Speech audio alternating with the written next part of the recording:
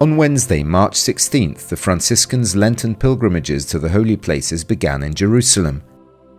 The tradition of celebrating Mass in the places where the moments of Jesus' Passion took place dates back to the first centuries of the Christian era.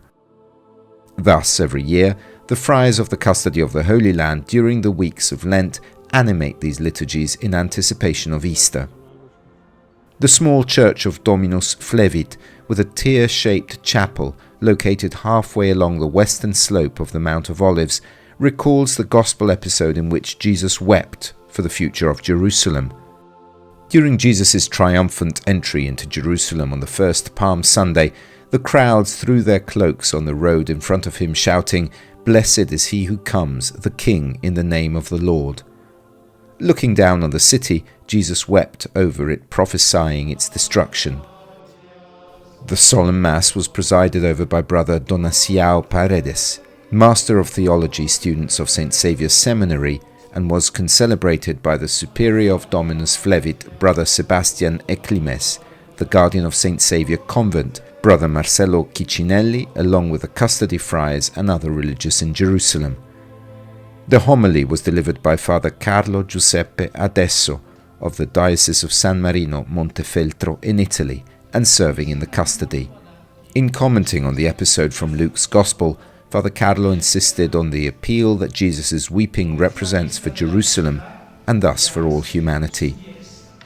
The message is contained in the Gospel we heard.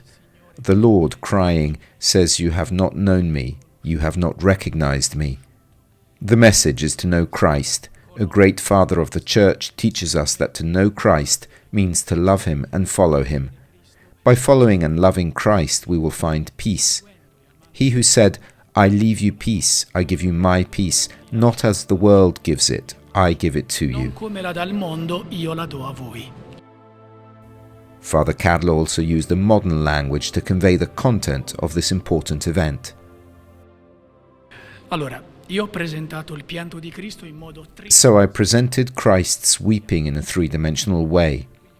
It looks at the past. It is a weeping that falls on his city of that time. But this weeping also illuminates the present. It helps to understand the future.